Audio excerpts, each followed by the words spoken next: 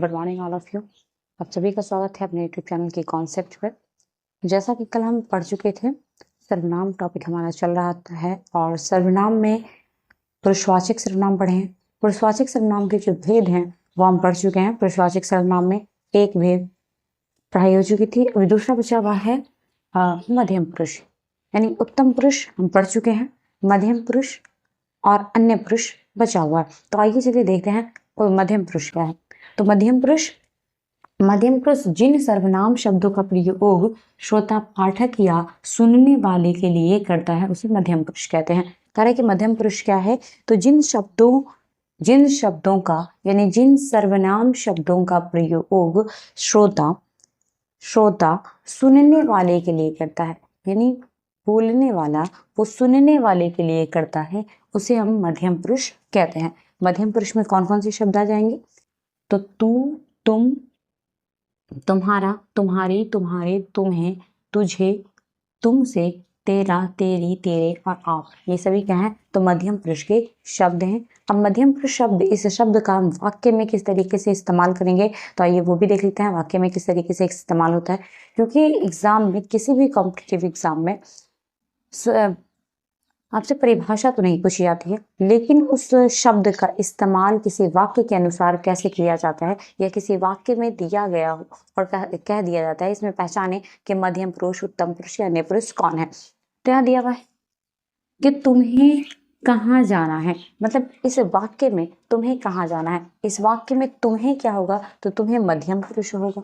इस वाक्य में मैं तुम्हें देख लूंगा, तो मैं तो हो गया उत्तम पुरुष, और यह तुम्हें देख लूंगा, तो यहाँ पर तुम्हें जो है ये क्या हो जाएगा, तो ये मध्यम पुरुष हो जाएगा। यहाँ है कि मुझे तुमसे कोई काम नहीं है, तो यहाँ पर मुझे हो जाएगा उत्तम पुरुष, और मुझे के बाद है तुमसे हो जाएगा मध्यम पुरुष। अगला हमारा है कि अन्य पुरुष किसे कहते हैं, तो जिन सर्वनाम शब्दों का प्रयोग वक्ता तथा श्रोता किसी अन्य के लिए करता है।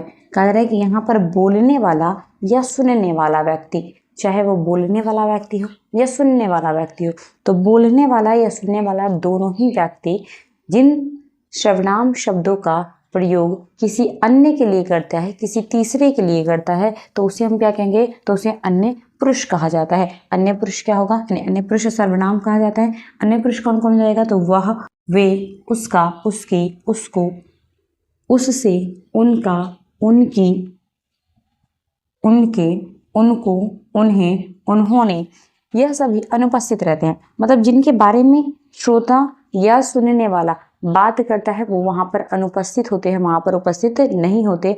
और जिन सर्वनाम शब्दों का इस्तेमाल किया जाता है किसी तीसरे के लिए, बोलने वाला और सुनने वाला किसी अन्य के लिए, किसी तीसरे के लिए बात करता है, उसे अन्य पुरुष कहते हैं। अन्य पुरुष का इस्तेमाल कैसे होगा, तो जिस तरीके से लिखा हुआ है, उन्हें बुला कर लाओ, इस वाक्य में उन्हें अन्य पुरुष होगा। उनकी माँ अंग्रेजी बोलती है, तो इस वाक्य में उनकी जो है, उनकी मतलब किसी तीसरे के बारे में बात हो रही है और वह व्यक्ति वहाँ अनुपस्थित है। वो व्यक्ति वहाँ क्या है, तो वो व्यक्ति वहाँ अनुपस्थित है, और इस वाक्य में वह व्यक्ति यानी उनकी जो होगा ये अन्य पुरुष कहलाएंगे। मध्यम पुरुष के यानी उत्तम पुरुष के बाद अब है हमारा निश्चयवाचक यानी निश्चयवाचक सर्वनाम होगा। तो निश्चयवाचक सर्वनाम ठीक से लिख रही हूँ मैं, निश्चयवाचक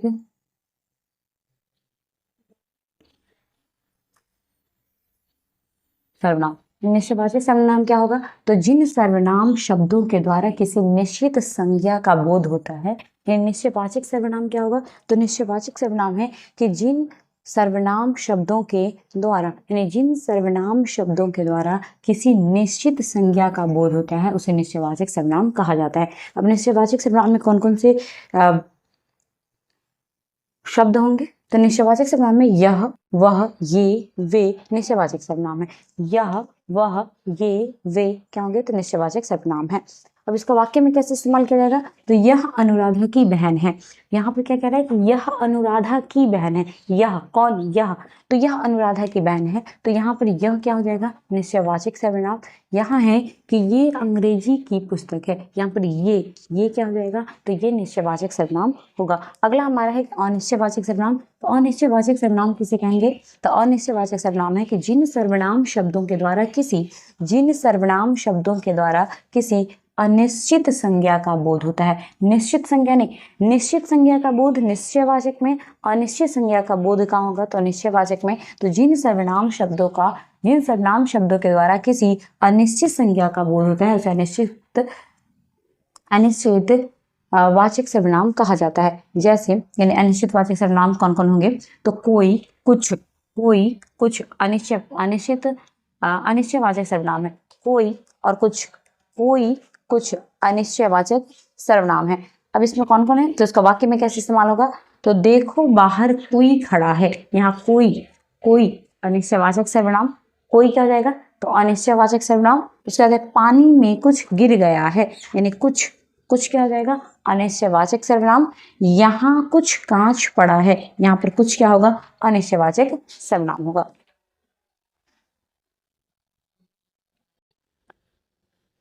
अगला है कि प्रश्नवाचक सर्वनाम। प्रश्नवाचक सर्वनाम क्या है, तो जिन सर्वनाम शब्दों के द्वारा किसी प्रश्न का बोध होता है, यानी जिन सर्वनाम शब्दों के द्वारा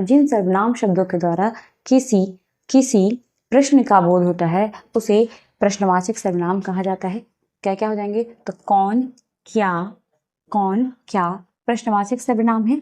जैसे देखो बाहर कौन खड़ा है, ये एक प्रश्नवाचक यानी प्रश्न है। देखो बाहर कौन खड़ा है, ये क्या है, तो ये प्रश्न है कि देखो बाहर कौन खड़ा है, मेरे लिए क्या लाए, यानी यहाँ कौन और यहाँ क्या, ये क्या हो जाएगा, तो ये प्रश्नवाचक सर्वनाम होंगे। क्या होंगे, ये प्रश्नवाचक सर्वनाम होगा।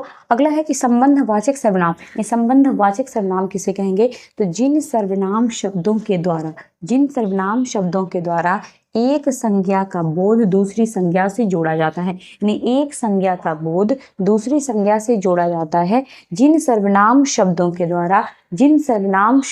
द्वारा एक संज्ञा का बोध यानी एक संज्ञा का संबंध दूसरी संज्ञा से जोड़ा जाता है, तो वह संबंधवाचक सर्वनाम कहलाता है।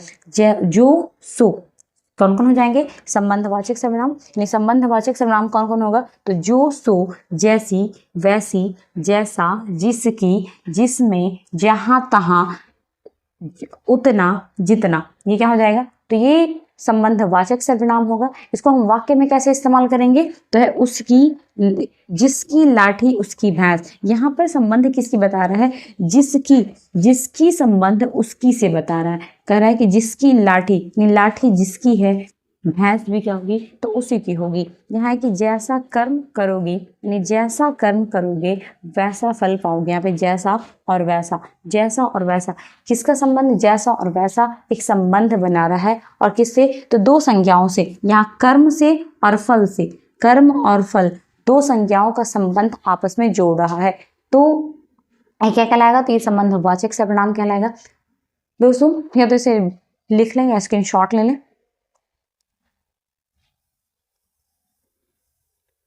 आज के लिए केवल इतना ही। कल का जो टॉपिक्स होगा यानी कल की जो क्लास होगी हमारी, उसमें सर्वनाम समाप्त हो जाएगा। सर्वनाम समाप्त होगा, केवल एक बचा हुआ है निजवाचक सर्वनाम, और उसी के साथ कल की क्लासों में विशेषण का शुरुआत होगा। तब तक के लिए आप लोग इंतज़ार करें, धैर्य बनाकर रखें। प्रतिदिन रोज हमारी जो क्लास है वो लगभग 9:30 से 10 बजे तक अपलोड कर दिए जाते हैं। तो आप लोग आइए और अपना क्लास देखिए, और अगर अच्छा लगता है वीडियो तो अपने दोस्तों तक ज़्यादा से ज़्यादा शेयर करने की कोशिश करें। धन्यवाद।